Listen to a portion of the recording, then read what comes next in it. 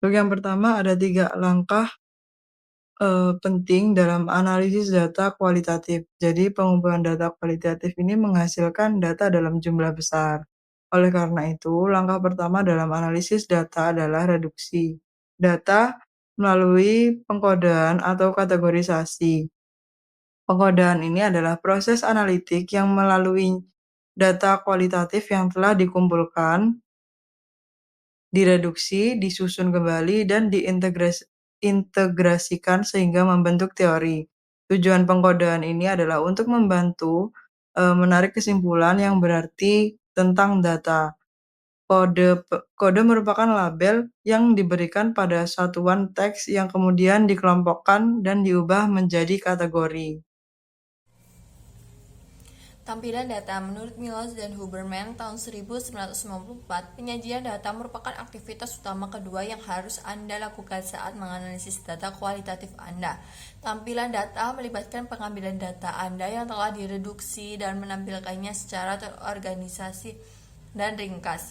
Sejalan dengan itu, bahkan matriks diagram, grafik, frasa yang sering disebutkan, dan atau gambar dapat membantu Anda mengatur data dan menemukan pola serta hubungan dalam data sehingga penarikan kesimpulan pada akhirnya dapat difasilitasi.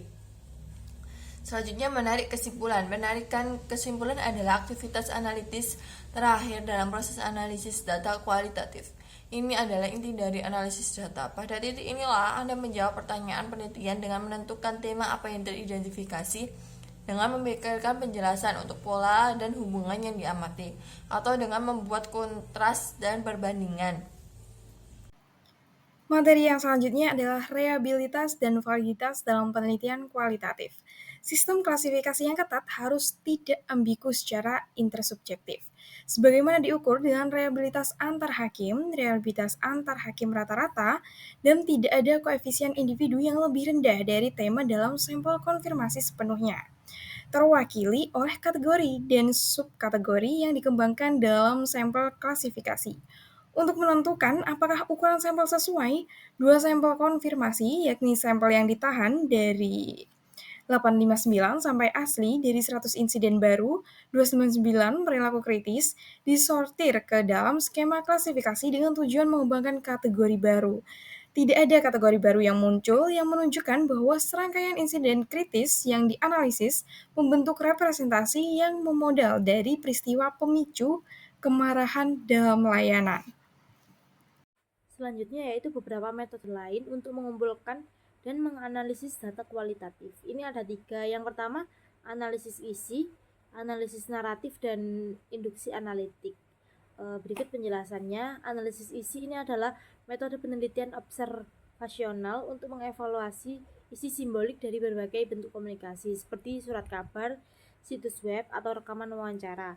Metode ini menganalisis informasi tekstual secara sistematis dengan mengidentifikasi keberadaan kata, konsep, atau tema tertentu. Teks ini dikodekan dalam kategori untuk dianalisis melalui analisis konseptual atau mengukur keberadaan dan frekuensi konsep, atau analisis relasional atau bisa disebut dengan memeriksa hubungan antar konsep.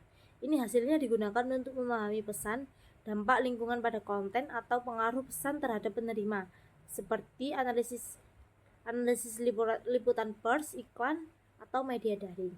Yang kedua yaitu analisis naratif. Narasi ini adalah cerita yang menggambarkan rangkaian kejadian secara berurutan. Analisis naratif ini bertujuan memahami cerita individu tentang pengalaman hidupnya yang sering dikumpulkan melalui wawancara.